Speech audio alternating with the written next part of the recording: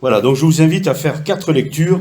La première dans le livre du prophète Jérémie, chapitre 1er, verset 5. Jérémie, chapitre 1er, verset 5. Et le thème de la méditation de ce matin pourrait être ceci: Dieu a prévu une destinée pour nos vies. Nous ne sommes pas là par hasard. Ça ne correspondrait pas, ce ne serait pas cohérent avec une action de Dieu qui est précise. Dans l'univers, tout est précis. Les lois de l'univers sont précises. Ça va même jusqu'à la Terre. Elle a un petit peu, l'axe de la Terre est légèrement penché. Et tout est précis. Comment se ferait-il alors que dans un univers, dans une œuvre où tout est précis, nous ne soyons là par hasard? Ça ne va pas. C'est vrai qu'une partie de nos vies, nous ne connaissions pas le Seigneur. Mais ça n'empêche pas que lui nous connaissait et depuis longtemps. Donc, on le lit avec, par exemple, le prophète Jérémie. Avant que je t'ai formé dans le ventre de ta mère, chapitre 1er, verset 5, je te connaissais. Et avant que tu sois sorti de son sein, je t'avais consacré. Je t'avais établi prophète des nations. Alors on comprend bien que lorsque le bébé est né, à la sortie du sein maternel, on ne vient pas lui dire « tu seras prophète des nations ». C'est pas le moment. Mais il viendra un jour où il va falloir qu'il comprenne. C'est pareil pour vous et moi. Nous sommes nés dans le monde et ce n'était pas le moment de nous dire que Dieu pensait à nous, avait un projet pour nos vies. Et ne sachant pas cela, et avec d'autres orientations, eh bien, nous avons mené notre vie, on va le voir avec la méditation, de manière diverse et variée, et pas toujours dans le meilleur des sens. Mais ça, c'est une partie de la réalité de nos vies. Il y a une autre partie, c'est celle qui est vue d'en haut. Et vue d'en haut, l'apôtre Paul le dira pour ce qui le concerne, et on comprend qu'il lui a fallu quand même un peu de temps pour arriver à déclarer cela, dans l'épître aux Galates, chapitre 1er, verset 5, Galates 1, 5.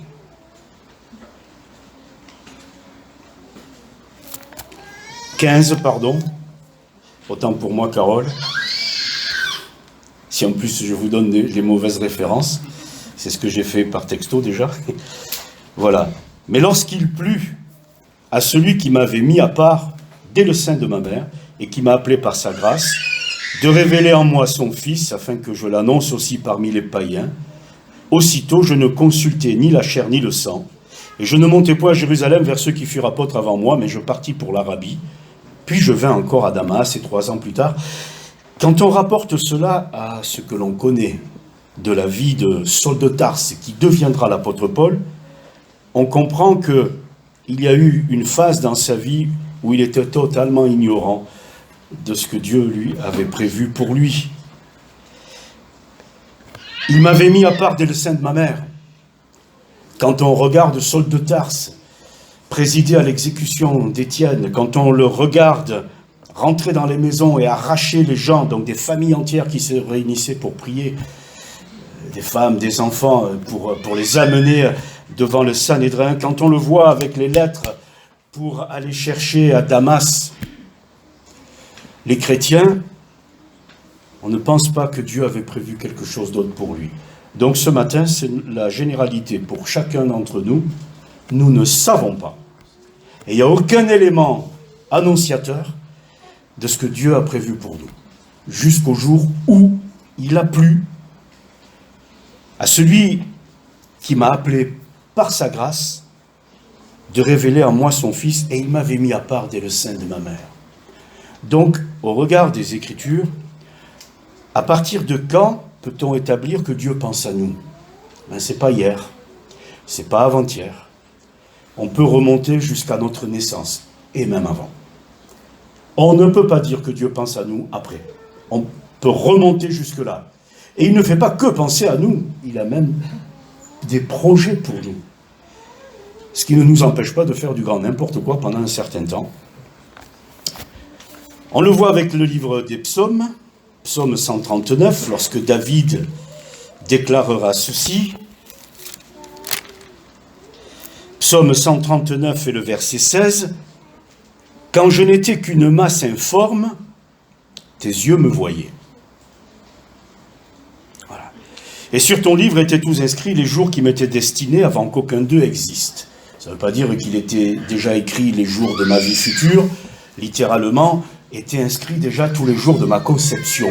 La conception de l'enfant, c'est pas hasardeux. Tout est programmé dans la cellule et puis ça va se réaliser jour après jour jusqu'au jour de la naissance. Et bien déjà, le regard de Dieu est là.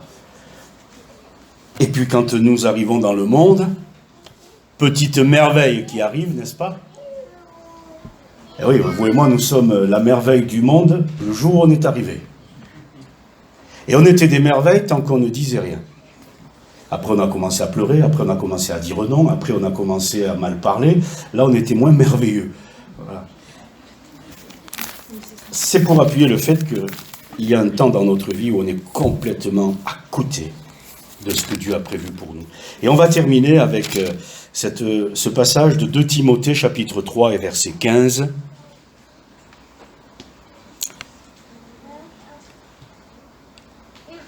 Dès ton enfance, tu connais les saintes lettres qui peuvent te rendre sage à salut par la foi en Jésus-Christ. Et c'est la révélation de la parole de Dieu. C'est la révélation de la volonté de Dieu qui va nous rendre sages et qui va nous amener dans une toute autre perspective. Alors on va prendre des exemples de la parole de Dieu.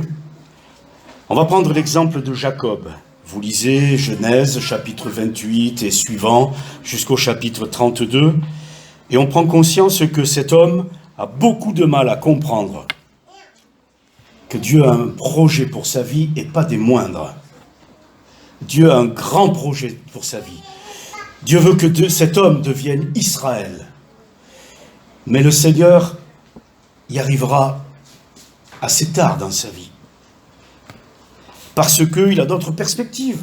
Vous lisez son histoire, c'est un menteur, c'est un manipulateur, ça ne le gêne pas du tout, de tromper son frère, de tromper son père, et puis alors, quand on voit en détail la tromperie envers son père, on se dit, mais quand même, il faut avoir un drôle d'état d'esprit pour se déguiser,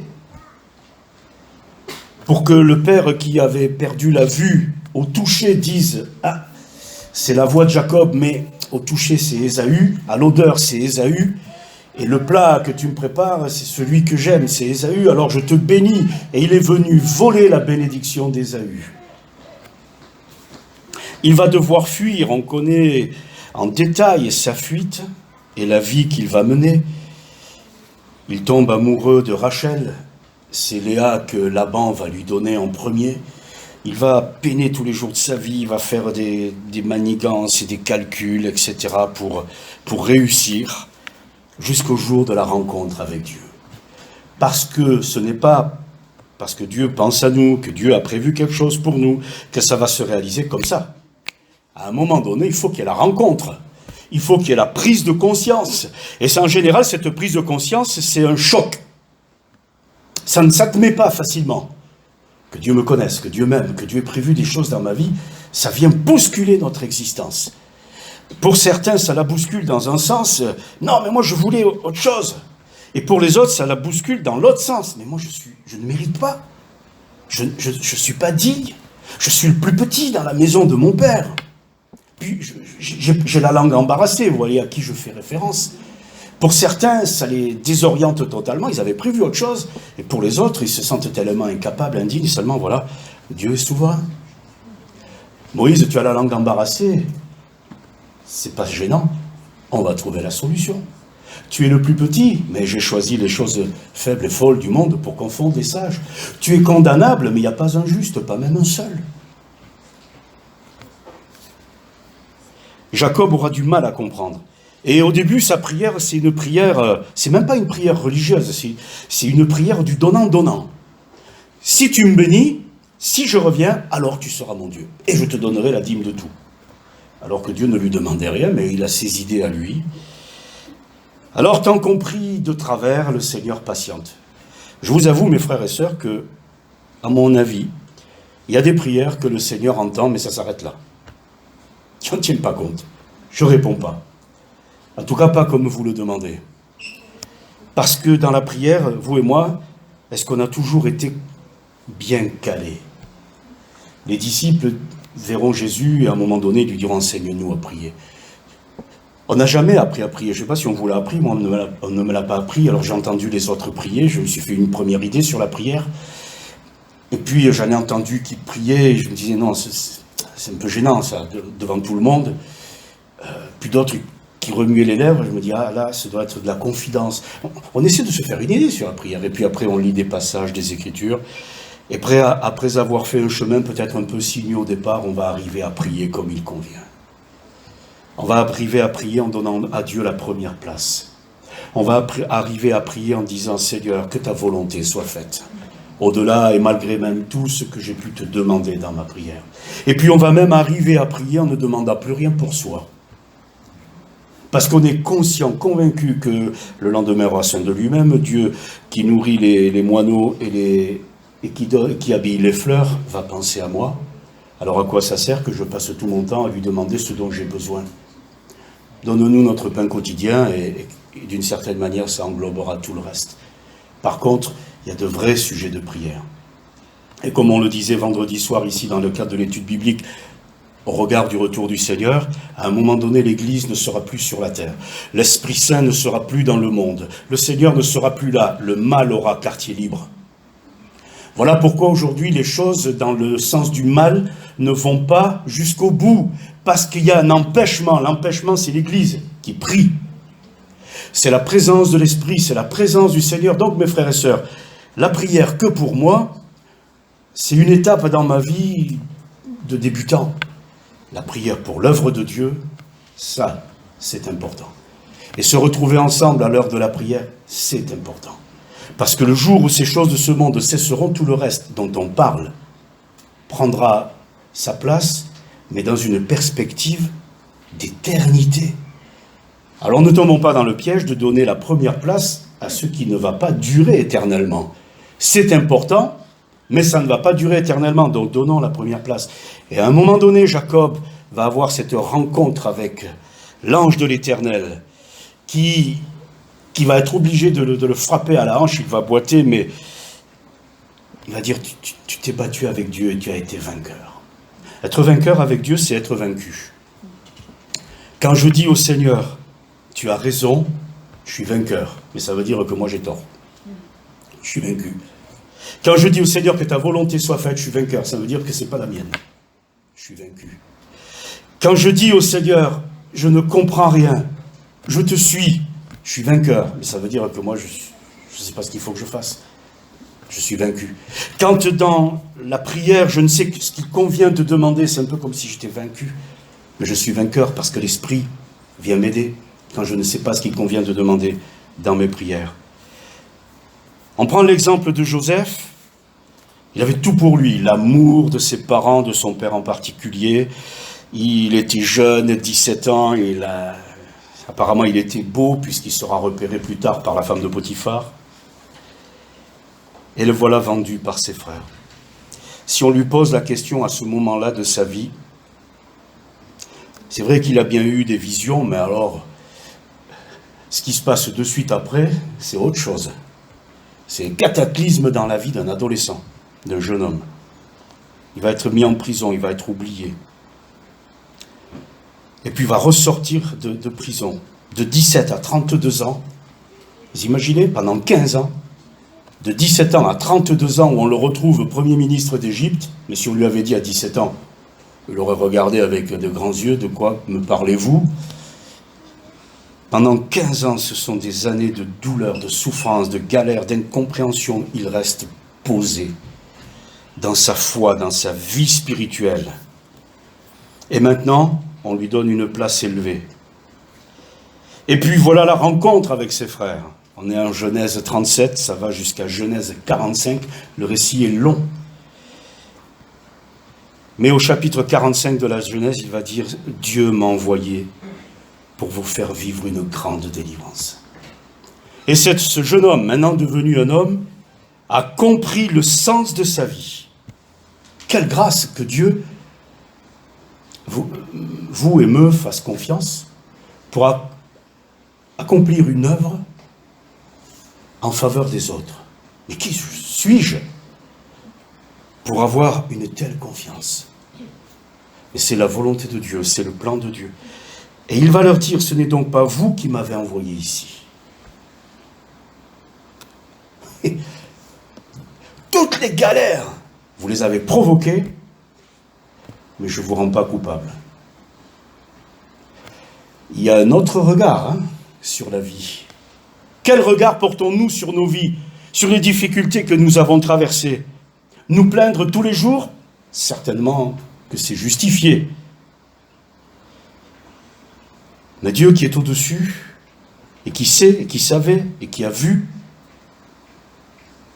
n'est-il pas en train d'utiliser ces choses parce que toutes choses vont concourir pour le bien de ceux qu'il aime? N'est-il pas en train de l'utiliser pour faire en sorte que je devienne un serviteur, une servante utile entre ses mains? Moi, je vous poserai la question dans l'autre sens. Parmi tous ceux qui croient au Seigneur aujourd'hui, quels sont ceux pour lesquels le Seigneur a un plan pour qu'ils deviennent ses serviteurs et ses servantes? Je ne vois pas de liste. C'est tous. C'est tous. Nous sommes tous appelés à être des serviteurs et des servantes de l'Éternel, avec des services différents, mais nous sommes tous appelés. S'il y a donc un service, ça veut dire qu'il y a un plan de service.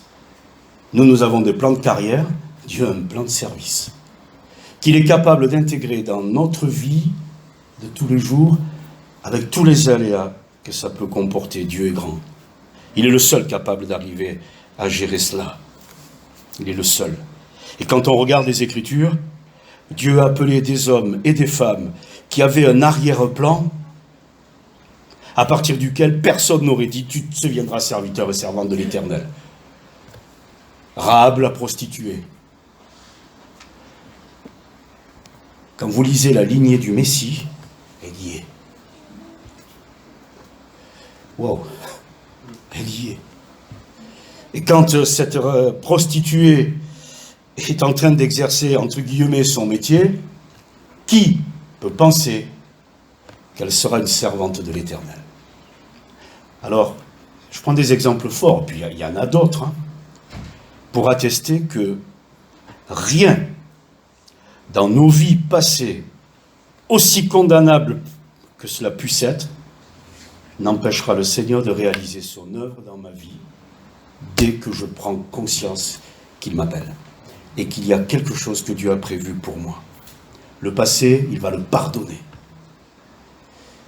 En ce qui le concerne, on n'en parlera plus jamais, c'est oublié. Il restera des traces sur la terre, d'accord, mais c'est tout. Remarquez, quand la terre cessera, les traces cesseront aussi, et ce sera la délivrance définitive. On prend l'exemple de Jérémie, on l'a lu, ne dis pas, je suis un enfant. Avant que je t'ai formé dans le sein maternel, je t'avais établi prophète des nations. Alors ne dis pas, je suis un enfant. Voilà. Et c'est Jérémie qui dira, et on comprend, que ce soit lui qui le dise plutôt que d'autres, de la part de l'Éternel, je connais les projets que j'ai formés sur vous. Parce qu'il en est l'objet lui-même. Des projets que Dieu a formés sur sa vie avant que je t'ai formé dans le sein maternel. Vous et moi, nous sommes là. Certains, nous avons été voulus, d'autres, pas du tout. D'autres, c'est des accidents de parcours. Moi, je dis, en plaisantant, ça, c'est l'explication vue d'en bas. C'est la réalité d'en bas. Mais vue d'en haut, Dieu a voulu que nous existions. Ce qui ne justifie pas les réalités d'en bas. Chacun assume ses responsabilités, mais Dieu a voulu que nous existions. Certains ont eu une enfance facile, ça c'est la réalité d'en bas et les explications d'en bas. Ça ne remet pas en cause la volonté de Dieu et l'amour de Dieu à notre égard, sauf que une partie de notre existence, on l'ignorait, on ne le savait pas. Mais quand on a réalisé quel Dieu il était, alors c'est venu redonner un sens à notre existence. Et le sens de notre existence, il ne commence pas hier. Ni même le jour où moi j'ai entendu parler de lui. Ça commence le jour où lui, il a pensé à moi. Et on remonte très très loin. Vous prenez Daniel, c'est un peu comme Joseph, Daniel. Un jeune garçon, c'est écrit sans défaut corporel, beau de figure, doué de sagesse, d'intelligence et d'instruction. Eh bien, on aurait pu dire, ce jeune va faire les hautes études, des grandes écoles, et il obtiendra un poste élevé. Oui, remarquez, il aura un poste élevé. Mais ce n'est pas tellement ce qu'on aurait pu penser et prévoir pour lui. Et quand les difficultés lui tombent dessus, ça commence dès le début du livre de Daniel, on le déplace comme toutes ces populations de l'époque, on lui change son nom, sa façon de vivre, de s'habiller, sa langue, etc. On lui demande même, et il n'a pas le choix, de se nourrir des mets que ce roi et cette cour prenaient tous les jours, et c'était la fiesta, c'était l'abondance, et lui dit non, non. En s'adressant au responsable, il dit « Permets que je ne mange que des légumes. » Ah oui, mais si on te voit en mauvaise santé, c'est ma tête à couper. T'inquiète. Et on sait qu'au bout d'un moment, il aura plus d'embonpoint que les autres, entre guillemets. Finalement, les légumes, c'est pas si mauvais que ça. Je referme la parenthèse. Il a résolu de ne pas se souiller. Et c'est un homme qui va se tenir devant Dieu, quoi qu'on lui impose, quoi qu'on lui demande de faire. Et on sait très bien qu'il avait un rythme équilibré, quotidien. Tous les jours, fenêtre ouverte, vers Jérusalem, 3 fois par jour, il priait. On va même le surprendre, en flagrant délit de prière. Qu'est-ce que tu fais? Ben, je lis la Bible. Une fois, c'est ce qui m'a été demandé, parce que j'étais en pension, on était 48 dans les dortoirs, alors pour être tranquille, je prenais la lampe électrique et je me mettais sous la couverture. Comme quoi, si vous voulez passer discret, c'est surtout pas ça qu'il faut faire. Qu'est-ce que tu fais sous ta couverture? Évidemment. Moi qui pensais être tranquille, j'ai attiré l'attention de tout le monde, au contraire. Donc, je lis la Bible. Oh, ça les a scotchés. Après, il m'appelait la Bible. Voilà. Qu'est-ce que tu fais? Je prie. Mais où est le mal de prier? Pourquoi on serait gêné de prier? Et de dire à quelqu'un, ben moi je prie. Ah bon? Et si on se moque de vous, bien laissez. Et je lis la Bible. Ah bon? Qu'est-ce que tu lis, toi? Harry Potter. Moi, je préfère lire la Bible. Voilà. Alors, il va lire les Écritures. Et il va voir dans les Écritures que Dieu avait parlé aux prophètes. Et que cette déportation durerait 70 ans. Mais lui, il est en plein dedans. Lui ne reviendra même pas à Jérusalem. Mais Dieu a utilisé la vie de cet homme pour être un témoin auprès des monarques parmi les plus fous que le monde ait connus. Et la liste, elle est longue. Parce que, vous relisez le livre de Daniel, le même monarque à qui Daniel donne l'explication du songe, il veut se faire adorer, la tête à couper pour ceux qui ne le font pas. Il y a toujours eu des fous à des positions élevées. C'est pour ça qu'il faut prier pour les autorités du reste. Parce que s'il n'y avait que des sages à des postes élevés, ce serait bien. C'est rassurant. C'est pas toujours le cas. Et un jour, il y a une main qui écrit sur le mur, et là, le monarque du moment, je ne vous dis pas le détail, mais quand vous lisez, vous comprenez, il a le genou qui s'entrechoque et tout qui va avec, la peur le saisit, et Daniel dit, cette écriture, c'est compter, compter, peser, diviser, tu as été compté, pesé et trouvé léger. Oui, je vais te donner la 3e place dans le royaume, c'est-à-dire la place la plus importante après moi. Et Daniel de dire, je n'en veux pas ta 3e place, parce qu'en plus cette nuit, tu es mort. Parce que les Mèdes et les Perses sont venus vaincre les Babyloniens dans la même nuit. Et l'histoire nous dit comment ça s'est passé. Plutôt sur le fleuve l'Euphrate, ils ont détourné le cours de la rivière, enfin du fleuve en bonne partie, pour faire baisser le niveau, parce qu'il y avait des grilles qui empêchaient les bateaux de passer. Elles étaient à fleur d'eau sur le fleuve. Mais ils sont rentrés par là, ils ont fait baisser le niveau, ils sont passés par là dans la nuit, et ils ont vaincu Babylone. En une nuit, Babylone est tombée. Et Daniel, il est là. Il était avec des fous, qui sont remplacés par d'autres qui ne sont pas mieux. Et Daniel est toujours là. Dieu avait prévu que dans une cité de fous, il y ait un homme de Dieu. Nous, on penserait, Seigneur, je veux te servir, mets-moi à l'écart. Non, je vais te mettre au milieu des fous. Ouais. Seigneur, préserve-moi de toute difficulté. Non, je vais te mettre au milieu des difficultés. Non pas par plaisir, on comprend très bien. Mais comment ceux qui sont qui subissent la folie, vont-ils entendre un jour autre chose? S'il n'y a pas au milieu d'eux, au même moment, et dans la même situation, quelqu'un qui est sage et qui connaît Dieu. Comment, au milieu des difficultés, les gens qui perdent espoir, vont-ils entendre un jour la parole qui va tout changer dans leur vie si au milieu d'eux, et donc des difficultés, il n'y a pas quelqu'un qui est complètement différent, qui réagit complètement différemment? Alors, ne trouvez pas étrange d'être dans la fournaise de l'épreuve, comme si vous arrivez quelque chose d'extraordinaire. Le monde est en train de bouillir. Hein. Et dessous, on met le bois qu'il faut pour que ça bouillonne. Et nous sommes là. Et nous sommes là et Dieu veut se servir de nous pour parler à quelqu'un qui est sans espoir. Dieu veut se servir de vous et de moi pour parler à quelqu'un qui n'en peut plus. Dieu veut se servir de vous et de moi et des expériences malheureuses de nos vies pour soutenir quelqu'un qui passe par la même expérience. Et pour y être passé, je vous avoue que quand vous rencontrez la même situation, vous vous dites, la seule différence, c'est que cette personne ne connaît pas le Seigneur. Sinon, on est au fond du trou tous les deux. Alors, Seigneur, on va dire, dis-nous ce qu'on doit dire. On n'est pas plus fort que l'autre, mais l'autre ne le connaît pas, le Seigneur.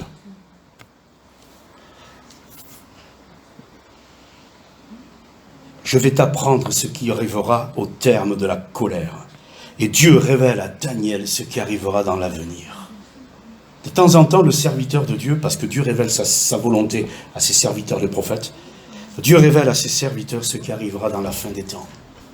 Et Dieu ne promet pas, et là je fais une petite parenthèse, Dieu ne promet pas, attention à toutes ces prophéties qu'on peut entendre ici ou ailleurs, où tout va aller mieux, vous allez réussir et tous vos problèmes vont s'arrêter.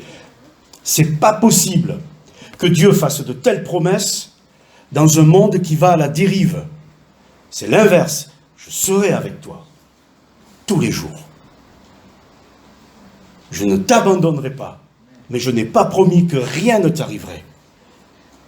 Parce que, plutôt que de promettre ça, que le Seigneur nous prenne tout de suite, hein, parce que dans le ciel, il n'y a plus rien. Donc si le projet de Dieu, c'est qu'il n'y ait plus de problèmes dans nos vies, le plus cohérent, c'est qu'il nous prenne tout de suite. Pourquoi sommes-nous là?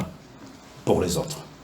Le jour où l'Église ne sera plus là, ce ne sera pas la même histoire pour la vie de ceux qui resteront, on le verra un peu plus ce vendredi soir. Vous prenez Timothée. Timothée, eh bien on vient de le lire dès ton enfance. Tu connais les saintes lettres qui peuvent te rendre sage à salut par la foi en Jésus-Christ.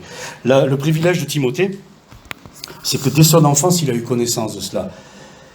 Eh bien, on va se l'approprier. Dès le moment que tu connais les saintes lettres, elles peuvent te rendre sage à salut. Si c'est dès ton enfance, t'as mieux. Si c'est dès ta vie d'adulte, c'est bien. Si c'est dans ton âge avancé, c'est bien aussi. Mais dès l'instant que tu connais les saintes lettres, elles peuvent te rendre sage à salut. Mes frères et sœurs, que ce premier dimanche de septembre, qui est un peu la reprise de la vie, d'une année de la vie de l'Église et autres, soit pour nous un retour vers les saintes lettres. Un retour, je ne savais pas ce qu'allait dire Jean-Claude tout à l'heure, vers la parole. Un retour vers les encouragements, pour que personne ne s'arrête en chemin, même s'il a toutes les raisons du monde de s'arrêter. Soyons celui ou celle qui va l'encourager à repartir. Voilà. Et le jour où nous n'aurons plus de problèmes, mes frères et sœurs, c'est parce qu'on ne sera plus là. Alors, ce n'est pas une plaisanterie, c'est une réalité. Le jour où on n'aura plus de soucis, on ne sera plus là. Mais jusqu'à présent, nous déposons à ses pieds nos soucis, nos fardeaux. Nous comptons sur sa grâce. Et s'il y a des choses dans nos vies qui ne vont pas, il est même capable d'intercéder pour nous, parce qu'il est l'avocat qui intercède pour nous. Alors Seigneur, donne-moi de réaliser pourquoi je suis là. Est-ce que c'est pour tous les jours faire ce que je fais pour gagner ma vie? Ça, c'est une nécessité contraignante. Mais je ne pense pas que ce soit ta volonté uniquement. Montre-moi quelle est ta volonté dans ma vie. Que le Seigneur soit béni. Amen. Je te rends grâce, Seigneur, parce que au contact de ta parole, tu nous ouvres les yeux. Et même tu nous ouvres l'esprit. Et nous te prions ce matin afin que par ton Esprit Saint, tu parles à nos vies. parle à nos cœurs.